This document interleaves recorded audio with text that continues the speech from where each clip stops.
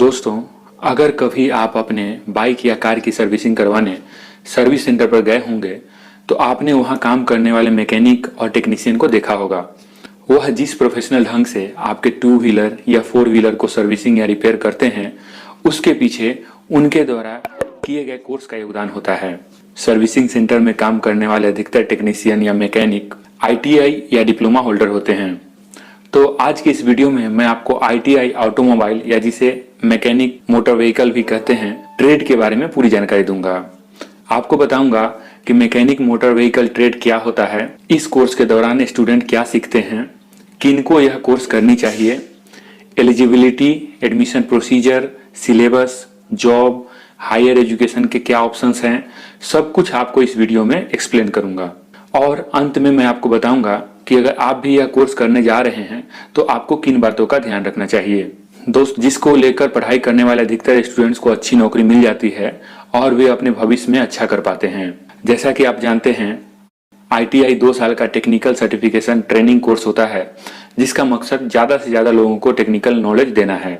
Mechanic motor vehicle course के दौरान student अलग अलग तरह की गाड़ियों जैसे कि टू व्हीलर, फोर व्हीलर और कमर्शियल गाड़ियों की सर्विसिंग और रिपेयरिंग से जुड़ी बारीकियों को सीखते हैं। अलग अलग तरह की गाड़ियां जैसे मोटरसाइकिल, स्कूटर, कार, ट्रक, बस आदि की सर्विसिंग और रिपेयरिंग के लिए जरूरी सभी स्किल इस कोर्स के दौरान सिखलाए जाते हैं। कोई भी गाड़ी बहुत सारे इक्विपमेंट्स को मिलाकर बना होता है, जैसे कि गाड़ी का इंजन, गाड़ी का ब्रेक, स्टीयरिंग, सस्पेंशन, पहिया, बेसिक इलेक्ट्रिकल और इलेक्ट्रॉनिक्स इक्विपमेंट्स।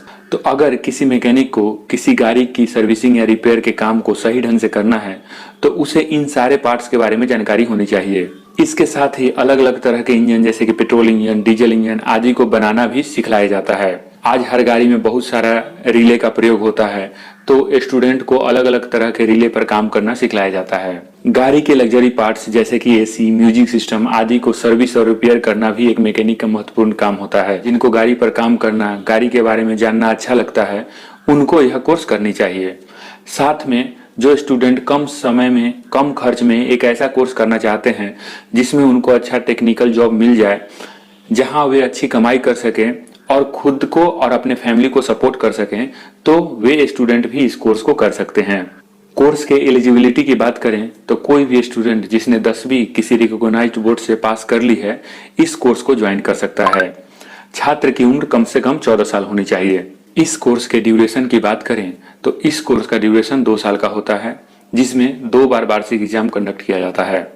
एडमिशन प्रोसीजर की बात करें तो अधिकतर प्राइवेट कॉलेज में आपको आपके 10th मार्क बेसिस पर डायरेक्ट एडमिशन मिल जाता है। वहीं सरकारी कॉलेज के लिए आपको अलग अलग स्टेट के द्वारा कंडक्ट किए जाने वाले एंट्रेंस एग्जाम को लिखना और उसमें अच्छा स्कोर करना होता है। फीस की बात करें तो सरकारी कॉलेज का फीस सालाना 5,000 रुपए तक होता है, वहीं प्राइवेट कॉलेज का फीस 50,000 सालाना तक भी हो सकता है।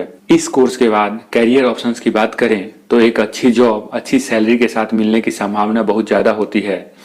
वैसे तो इस ब्रांच से ITI करने वाले अधिकतर स्टूडेंट्स को प्राइवेट सेक्टर में ही नौकरी मिलती है, मगर कुछ सरकारी जॉब भी उपलब्ध है, आप उसके लिए भी ट्राई कर सकते हैं। आज मोटर व्हीकल हमारी जिंदगी का एक महत्वपूर्ण पार्ट बन गया है।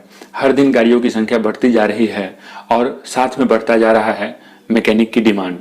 तो अगर कोई स्टूडेंट यह कोर्स करने जा रहा है तो उसे बिल्कुल फिक्र करने की जरूरत नहीं है, उसे एक अच्छी नौकरी जरूर मिलेगी। जरूरत है इन 2 साल के दौरान अच्छे ढंग से पढ़ाई करने की, प्रैक्टिकल्स पर ध्यान देने की। कोर्स के बाद शुरुआती सैलरी की बात करें तो शुरुआत में स्टूडेंट्स को 1 लाख सालाना से लेकर 2 लाख सालाना तक की सैलरी मिल सकती है, जो डिपेंड करता है कि किस टाइप की कंपनी में स्टूडेंट को नौकरी लगी है। अगर किसी स्टूडेंट को शुरुआत में कम सैलरी मिल रही है तो उसे घबराने की जरूरत नहीं है, एक्सपीरियंस के साथ वे भी अच्छी सैलरी पाएंगे। कुछ टॉप की कंपनियां हैं जिनमें इस कोर्स को कंप्लीट करने के बाद स्टूडेंट्स को नौकरी लगी है।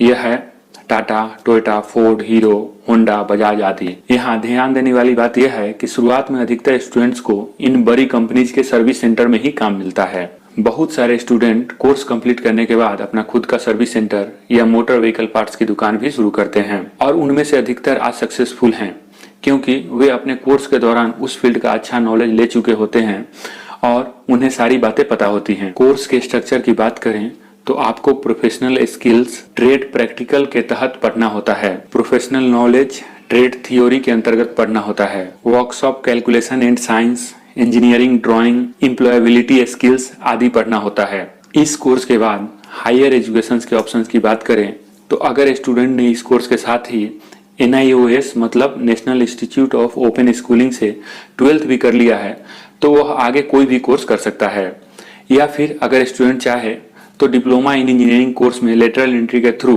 डायरेक्टली सेकेंड ईयर में एडमिशन ले सकता है। स्टूडेंट चाहे तो नेशनल अप्रेंटिस सर्टिफिकेट के लिए विभिन्न प्रकार के उद्योगों में अप्रेंटिस प्रोग्राम में शामिल हो सकता है।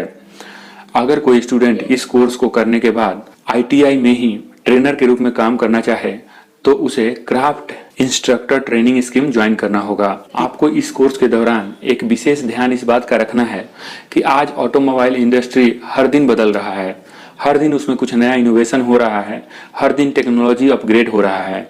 तो अगर आप यह ब्रांच लेकर पढ़ाई करते हैं तो आपको कोशिश करनी चाहिए कि पढ़ाई करते वक्त भी और उसके बाद भी जब आप नौकरी करने लगेंगे तो जो भी टेक्नोलॉजिकल एडवांसमेंट ऑटोमोबाइल सेक्टर में हो रहा है, जैसे कि ई व्हीकल्स आ रहे हैं, हाइब्रिड व्हीकल्स आ रहे हैं, तो इन सब चीज़ों के बारे में आप जानकारी रखें और नया कुछ सीखते रहें ताकि आप इस इंडस्ट्री में बने रहें, आपका नॉलेज कभी आउटडेटेड ना हो और आपको आपकी नौकरी या बिजनेस में तरक्की मिलती रहे।